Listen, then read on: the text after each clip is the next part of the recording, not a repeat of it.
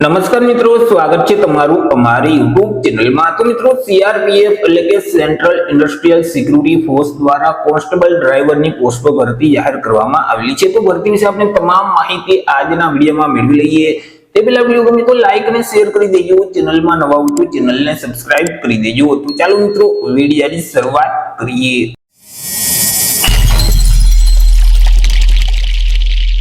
તો મિત્રો, આજે ભરતીનું નોટિફિકેશન છે તે સીઆરપીએફ એટલે કે સેન્ટ્રલ રિઝર્વ પોલીસ ફોર્સ દ્વારા બહાર પાડવામાં આવેલું છે। સીઆરપીએફ દ્વારા મિત્રો અહીં કોન્સ્ટેબલ, ટ્રેડમેન અને ટેકનિકલની અલગ અલગ જે જગ્યાઓ ખાલી છે, અલગ અલગ પોસ્ટ પર જે જગ્યાઓ ખાલી છે, તો આ જગ્યાઓ સીધી ભરતીથી ભરવા માટે લાયકાત ધરાવતા ઉમેદવાર પાસેથી અરજી ફોર્મ મંગાવવામાં આવેલા છે। તેમાંથી મિત્રો આજના વિડીયોમાં આપણે જે ડ્રાઈવરની જગ્યા છે તેના વિશે ચર્ચા કરીશું। એ મિત્રો, જો તમારે અરજી કરવી હોય તો ઓનલાઈન અરજી ફોર્મ ભરવાનું રહેશે। ઓનલાઈન અરજી ફોર્મ છે તે આજથી એટલે કે 20 એપ્રિલ 2026 થી શરૂ કરી દેવામાં આવેલા છે। 20 એપ્રિલ 2026 થી લઈ અને 19 મે 2026 સુધીમાં તમારે ઓનલાઈન અરજી કરવાની રહેશે। ઓનલાઈન અરજી ફોર્મ જે મિત્રો સીઆરપીએફ ની ઓફિશિયલ વેબસાઇટ છે www.rect.crpf.gov.in નામની જે વેબસાઇટ છે તે વેબસાઇટ ઉપર જઈ તમારે 19/5/2026 સુધીમાં ઓનલાઈન અરજી કરવાની રહેશે। વાત કરી લઈએ મિત્રો પે સ્કેલ એટલે કે પગાર ધોરણ વિશે, કે ઉમેદવારોને કયા પગાર ધોરણ મુજબ પગાર આપવામાં આવશે। તો ઉમેદવારોને પે મેટ્રિક લેવલ 3 મુજબ પગાર છે તે મળવાપાત્ર થશે, એટલે કે ₹21,700 થી લઈ અને 69,100 નું જે પગાર ધોરણ છે તે મુજબ ઉમેદવારોને પગાર આપવામાં આવશે। મિત્રો, અહીં અલગ અલગ જે ટ્રેડ છે તેમાં કુલ 9,175 જેટલી જગ્યા પર આ ભરતીની જાહેરાત કરવામાં આવેલી છે। તેમાંથી જે પુરુષ ઉમેદવાર છે તેના માટે 9,096 જગ્યા છે, જ્યારે મિત્રો મહિલા ઉમેદવાર છે તો તેના માટે 79 જેટલી જગ્યા પર આ ભરતી જાહેર કરવામાં આવેલી છે।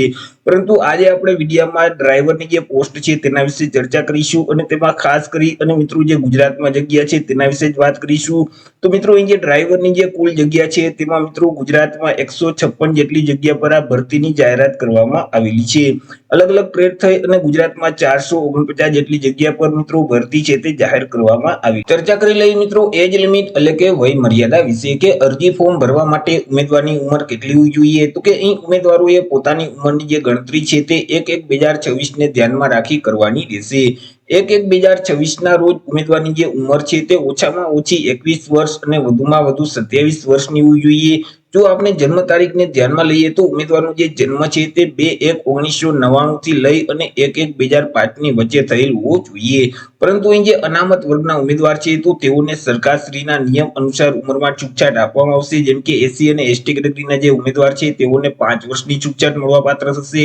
ઓબીસી વર્ગના જે ઉમેદવાર છે તો તેઓને 3 વર્ષની છૂટછાટ મળવાપાત્ર થશે। માજી સૈનિક છે તો તેઓએ જે સંરક્ષણ સેવા બજાવેલ છે તે ઉપરાંત ઉંમરમાં 3 વર્ષની છૂટછાટ આપવામાં આવશે। તે સિવાય બાકી જે તમામ ઉમેદવાર છે તેમની ઉંમર 1/1/2026 ને ધ્યાનમાં રાખી ઓછામાં ઓછી 21 વર્ષ અને વધુમાં વધુ 27 વર્ષની હોવી જોઈએ। વાત કરી લઈએ મિત્રો એજ્યુકેશન ક્વોલિફિકેશન એટલે કે શૈક્ષણિક લાયકાત વિશે, કે અરજી ફોર્મ ભરવા માટે ઉમેદવારની શૈક્ષણિક લાયકાત છે તે કેટલી હોવી જોઈએ। તો કે ઉમેદવારોએ કોઈ પણ સરકાર માન્ય બોર્ડમાંથી ઓછામાં ઓછી ધોરણ 10 ની પરીક્ષા પાસ કરેલ હોવી જોઈએ, અથવા તો તે સમકક્ષની પરીક્ષા છે તે પાસ કરેલ હોવી જોઈએ। સાથે સાથે ઉમેદવાર પાસે હેવી ટ્રાન્સપોર્ટ વ્હીકલ ચલાવવાનું માન્ય ડ્રાઇવિંગ લાયસન્સ છે તે ફરજિયાત હોવું જોઈએ। ઉમેદવારોએ અહીં ડ્રાઇવિંગ ટેસ્ટ છે તે ફરજિયાત પાસ કરવાની રહેશે। જે ઉમેદવારે ધોરણ 10 ની પરીક્ષા પાસ કરેલ છે અને હેવી મોટર વ્હીકલ ચલાવવાનું ડ્રાઇવિંગ લાયસન્સ છે તે ઉમેદવાર આ ભરતીમાં અરજી કરી શકશે। વાત કરી લઈએ મિત્રો અરજી ફી વિશે, કે કયા ઉમેદવારોએ કેટલી અરજી ફી ભરવાની રહેશે। તો અહીં મિત્રો જે સામાન્ય એટલે કે જનરલ, ઈડબ્લ્યુએસ અને ઓબીસી વર્ગના જે પુરુષ ઉમેદવાર છે તો તેઓએ અરજી ફી ભરવાની રહેશે। અરજી ફી તરીકે ₹100 છે તે ભરવાના રહેશે, પ્લસ જે બેંકનો સર્વિસ ચાર્જ લાગે તે અલગથી ચૂકવવાનો રહેશે। તે સિવાય મિત્રો અહીં એસસી કેટેગરી, એસટી કેટેગરી અને જે તમામ વર્ગની મહિલા ઉમેદવાર છે, માજી સૈનિક છે તો તેઓએ અરજી ફી ભરવાની રહેતી નથી। અરજી ફી છે તે તમારે ઓનલાઈન જ ભરવાની રહેશે। તમે net banking, credit card, debit card અથવા તો યુપીઆઈ ના માધ્યમથી અરજી ફી ભરી શકશો। ચર્ચા કરી લઈએ સિલેક્શન પ્રોસેસ વિશે, કે ઉમેદવારનું સિલેક્શન કેવી રીતે કરવામાં આવશે। તો ઉમેદવારનું જે સિલેક્શન છે તે અલગ અલગ સ્પર્ધાત્મક પરીક્ષાના માધ્યમથી કરવામાં આવશે। સૌથી પહેલા તો શારીરિક કસોટી છે તે લેવામાં આવશે।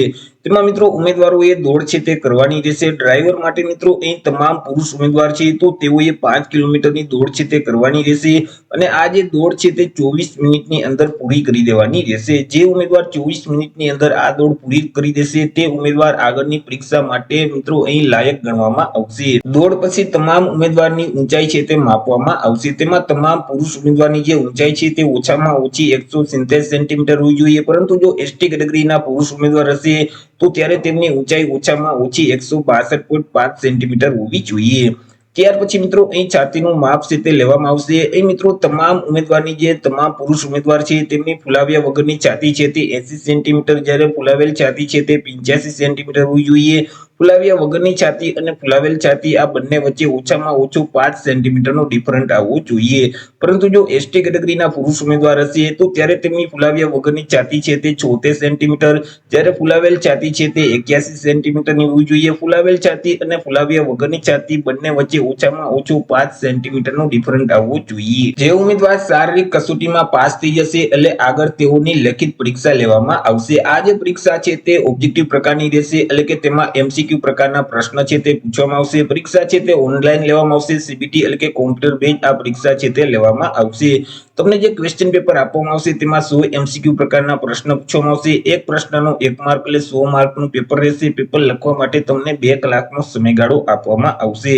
તમને જે ક્વેશ્ચન પેપર આપવામાં આવશે તેમાં જનરલ ઇન્ટેલિજન્સ અને રીઝનિંગ પ્રકારના જે દાખલાઓ છે તેવા 25 દાખલા પૂછવામાં આવશે કે જેમના 25 માર્ક રહેશે।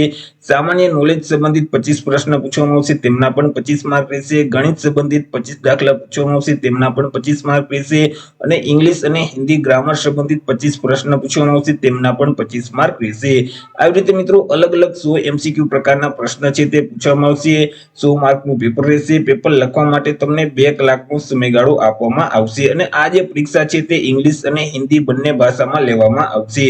પરીક્ષામાં માઇનસ પદથી લાગુ પડશે। જો તમે પ્રશ્નનો જવાબ છે તે ખોટો ટીક કરશો તો તમે જે પ્રશ્નનો સાચો જવાબ આપેલ છે અને તમને 1 માર્ક મળેલ છે તેમાંથી 0.25 માર્ક માઇનસ કરી દેવામાં આવશે। ત્યાર પછી મિત્રો તમારે ડ્રાઇવિંગ ટેસ્ટ આપવાની રહેશે અને અંતે તમારે ડોક્યુમેન્ટ વેરિફિકેશન કરાવવાનું રહેશે। તો આવી રીતે મિત્રો સીઆરપીએફ એટલે કે સેન્ટ્રલ રિઝર્વ પોલીસ ફોર્સ દ્વારા કોન્સ્ટેબલ ડ્રાઈવરની પોસ્ટ પર ભરતી જાહેર કરવામાં આવેલી છે। તો આશા રાખું છું વિડીયો પસંદ પડ્યો હશે। વિડીયો પસંદ પડ્યો તો લાઈક અને શેર કરી દેજો। ચેનલમાં નવા હો તો ચેનલને સબસ્ક્રાઇબ કરી દેજો।